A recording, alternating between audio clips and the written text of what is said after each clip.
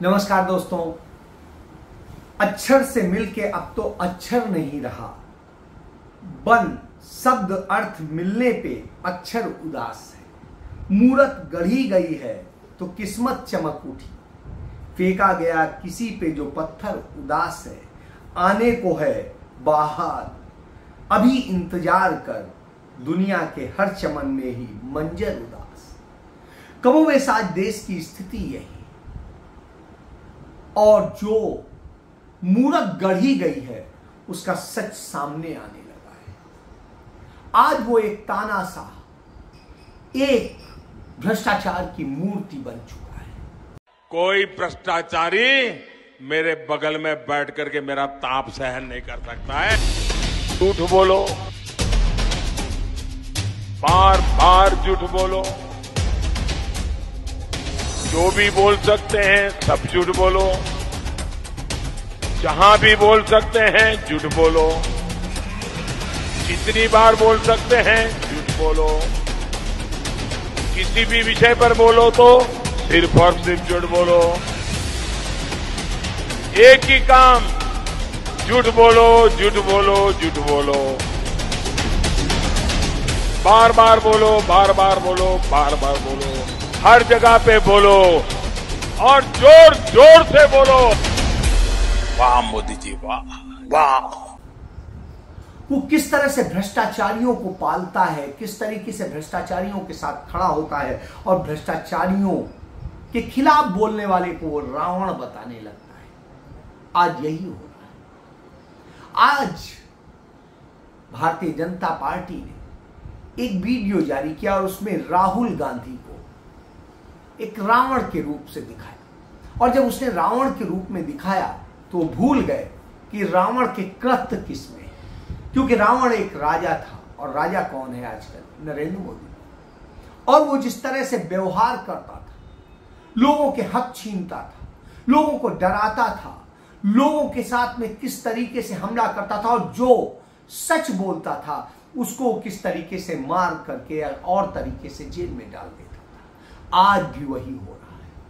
आज नरेंद्र मोदी तमाम विपक्षी नेताओं, उन सभी लोगों को जेल में डाल देते हैं, बंद कर देते हैं जो अदानी का सच बताते हैं, जो बताते हैं कि कैसे नरेंद्र मोदी अदानी का गुलाम है, जो बताते हैं कि कैसे नरेंद्र मोदी सिर्फ अदानी के नौकर का काम करता है, एजेंट का काम करता है। और जब वो ये बताते हैं, और वो ये बताते हैं कि कैसे आपका हक छीन करके उन सबको सौंपा जा रहा है, तब आप समझें। आज देश का युवा हो, बच्चे हो, बेटियां हो, छोटे व्यापारी हो, छोटे उद्योगपति हो, छोटे कामगार हो, या और तमाम सारे लोग, वो सब रो रहे हैं, उदास हैं, बर्बाद हैं। क्यों? क्योंकि आज उनका सब कुछ छीन लिया गया है। उनके लिए कुछ बचा ही नहीं। जो उनका था वो आज हड़प लिया गया है, और वो हड़प कर चंद पूंजीपतियों को दिया जा रहा है, जो कि नरेंद्र मोदी के पोषक। इसलिए हमारा प्रधानमंत्री ना होकर के उनका प्रधानमंत्री है, उनका नौकर। और जब उनका नौकर तो सवाल ही, वो क्या करेगा? वो चाइना के साथ पेंगे लड़ाता है, उनके साथ झूला झूलता है, और भारत की भूमि पर उन्हें कब्जा कराता है। उनके सैनिक हमारे सैनिकों को मार डालते हैं, और उसके बाद उसके चेहरे पर कोई शिकन नहीं आती। वो मणिपुर में आग लगवाता है, वहां जलवाता है, और उसके बाद उसको कोई शिकन नहीं आती है। वो जिस तरीके से बच्चों का हक मारता है, उसका नतीजा क्या होता है? नांदेड़ में 3 दर्जन बच्चे मर गए, इलाज के अभाव में मर गए, अस्पताल में मर गए। क्यों? क्योंकि नरेंद्र मोदी ने बर्बादी का मंजर दिखाया, छीन लिया लोगों से, शिक्षा और सब कुछ इतना महंगा कर दिया।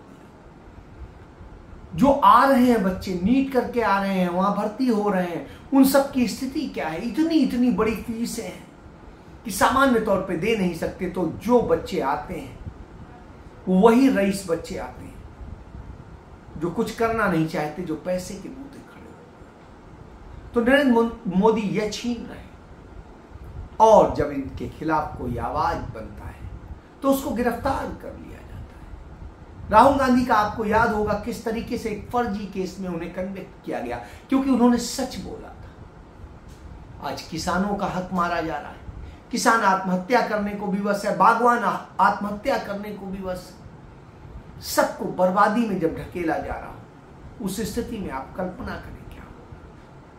मैं पिछले 6 दिनों से कश्मीर में था। कश्मीर के चप्पे चप्पे को मैंने समझा, वहां गया, बहुत सारी चीजें देखी, और मैंने लोगों से बात की। बात करने के बाद में समझ में आया कि किस तरीके से अन्याय हुआ है। लोग पीड़ित हैं, कुछ कर नहीं पाते, क्योंकि उस तानाशाह के आगे वो कैसे क्या करें, कैसे जवाब। और यह ऐसा तानाशाह है जो रावण के भी गुण नहीं ले पाया, रावण की विद्वत्ता नहीं है उसमें, रावण जैसा उसके अंदर समावेशी चरित्र नहीं है, रावण के जैसा वो चरित्रवान नहीं है, और वो राम भी नहीं है कि राम की तरह से वो सामाजिक सद्भाव नहीं जानता है, वो सबको जोड़ना नहीं जानता है, वो सबको तोड़ना जानता है। वो कुछ कौम के लिए काम करता है, कुछ जातियों के लिए काम करता है, कुछ वर्ग के लिए काम करता है। बाकी वो न क्षेत्रीयता को समझता है, न तमाम विविधताओं को समझता है, न संस्कृतियों को समझता है। वो सिर्फ उनका शोषण कर सकता है, और उस शोषण के कारण पिछले 5 महीने से मणिपुर जल रहा है, रोजाना कोई न कोई मारा जा रहा है, कुछ न कुछ हो रहा है, बेटियों की आबरू लुट रही है, नग्न परेड हो रही है। और ये सिर्फ वही नहीं, जहां जहां इनकी डबल इंजन की सरकार, वहां यही हो रहा है। कश्मीर से लेके कन्याकुमारी तक जितने राज्यों में भारतीय जनता पार्टी है, वहां यही हो रहा है। और जब चुनाव आता है तो हक देने के नाम पे तमाम तरह की योजनाओं के शुभारंभ की बात होती है, लेकिन इन्हीं की सांख्यिकी क्रियान्वयन मंत्रालय का डाटा कहता है कि इनके यहां 87% योजनाएं जो घोषित की नरेंद्र मोदी ने, जिनके उद्घाटन किए और जाने क्या क्या किया, उन सब आज तक शुरू नहीं हो पाए। कुछ शुरू हुए तो अधर में लटके हैं, कुछ और हैं तो सारी परियोजनाएं असल में लटकी हैं, झूठ पर टिकी हुई हैं, क्योंकि उसके लिए पैसा नहीं। और पैसा क्यों नहीं है? क्योंकि इस देश को उन्होंने कर्जदार बना दिया है। तो इतना बड़ा देश कर्जदार बना दिया गया है, बेरोजगार बना दिया गया है, 5 किलो अनाज पे जीवित रहने के लिए बना दिया गया है। लोगों के हक मार लिए गए, कोविड में लोग मरे, उनकी किसी की मदद नहीं की गई है, और शिक्षा से लेके सब कुछ छीना जा रहा है। जब छीना जा रहा तब फिर होता है। तो आखिर राहुल गांधी को क्यों आपने रावण दर्शाया? क्योंकि वो आपके झूठ पर हमला करता है, क्योंकि वो आपके जुमलों की पोल खोल देता है, क्योंकि वो आपके आंकड़ों का सच बता देता है, क्योंकि वो जनता को जोड़ने की बात करता है, वो पूरे देश को जोड़ने की बात करता है, वो सांस्कृतिक विविधताओं को एकता के सूत्र में बांधना चाहता है, वो सभी धर्मों को पूछता है, वो मंदिर भी जाता है, मस्जिद भी जाता है, गुरुद्वारा भी जाता है, चर्च भी जाता है, बौद्ध मठ में भी जाता है और जैनिज्म भी जाता है, और सबको बराबर सम्मान देता है। वो ऐतिहासिक तथ्यों को भी समेटता है, वो सांस्कृतिक विविधताओं को भी समेटता है। वो बच्चों का भी है, वो बड़ों का भी है, वो बुजुर्गों का भी है, वो महिलाओं का भी है, वो बेटियों का भी है, वो सबका है। वो युवाओं को रोजगार के गुर सिखाता है, वो किसानों से मिलता है, वो कुलियों से मिलता है, वो ट्रकर्स से मिलता है, वो सब्जी बेचने वालों से मिलता है, वो हर किसी के दर्द को साझा करता है, और हर किसी के दर्द में कैसे मरहम लगाया जाए इसके लिए करता है। उसकी जिन जिन राज्यों में कांग्रेस की सरकार है, वहां वो किस तरह से करता है कि कैसे गरीब से गरीब का बच्चा अच्छी से अच्छी शिक्षा पाए। इसके लिए Mahatma Gandhi English medium school खोले जाते हैं राजस्थान में, जिसमें 7 लाख से अधिक बच्चों को शिक्षा दी जाती है, और 100% मुफ्त दी जाती है। शिक्षा के साथ साथ कापी किताबें और सब कुछ दिया जाता है। जिससे गरीब से गरीब का बच्चा अच्छी से अच्छी शिक्षा, अंतर्राष्ट्रीय स्तर की शिक्षा पा सके। और कमोबेश यही चीज आत्मानंद स्कूलों में छत्तीसगढ़ में होती है, और वहां पर भी गरीबों के बच्चों को लेकर के वहां पर भी करीब 5 लाख बच्चों को इस तरह से शिक्षा दी जाती है। और ये सारे स्कूल इंटरनेशनल स्तर के स्कूल बना दिए गए। इनसे ये राहुल गांधी है। इसी तरीके से हिमाचल प्रदेश में अब देखिए, जो बच्चे अनाथ हैं, जिनका कोई नहीं है, जो वोट बैंक नहीं है, लेकिन उनके लिए कांग्रेस करती है, उन बच्चों को अनाथ न रहे, वो अनाथ कोई ना हो, इसके लिए काम करते हैं। और इसके लिए उन सारे बच्चों को हर माह 4,000 रुपए महीने पालन पोषण और दूसरे के लिए दिए जाने की व्यवस्था की जाती है। आप सोचिए, तो रावण कौन है? छीनने वाला रावण है, अहंकारी रावण है, या राहुल गांधी रावण? तो रावण तो वो है। इस गुस्से में मुझे भी क्या क्या कहा जा रहा है। आपको याद होगा मेरे लिए क्या क्या कहा गया है। कभी रावण कहा जा रहा है, कभी दानव कहते हैं, कभी दैत्य, तो कभी गुंडा। दीदी, इतना गुस्सा क्यों? जो सभी की आवाज को कुचल देना चाहता है, जो मुसोलिनी है, जो हिटलर है, जिसके अंदर उसके गुण है। रावण कभी गांधी और नेहरू की रूह को अपनाने वाला नहीं हो सकता है, जो शंकराचार्य के रूह को अपनाने वाला नहीं हो सकता है, जो संत महात्माओं जैसा पदयात्री नहीं हो सकता है, जो जनता से चिपट के मिलता हो वो नहीं हो सकता है।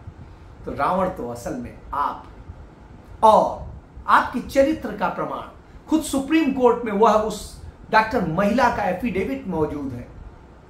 उसने खुद कहा था क्या आपने उसके साथ किया। आपके भ्रष्टाचार का या ईमानदारी का सबूत भी सुप्रीम कोर्ट में मौजूद है, जिसमें वह सबूत मिला था कि आपने किससे क्या क्या लिया।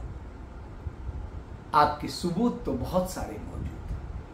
आपने किस तरह से बलात्कारियों को छोड़ा, किस तरह से दंगाइयों को भड़काया, किस तरीके से आपने किया। आज संजीव भट्ट जीता जागता उदाहरण मौजूद है, जिसने आपकी पोल खोली थी। तो आप सच क्या बताएंगे? वास्तव में असली रावण तो आप।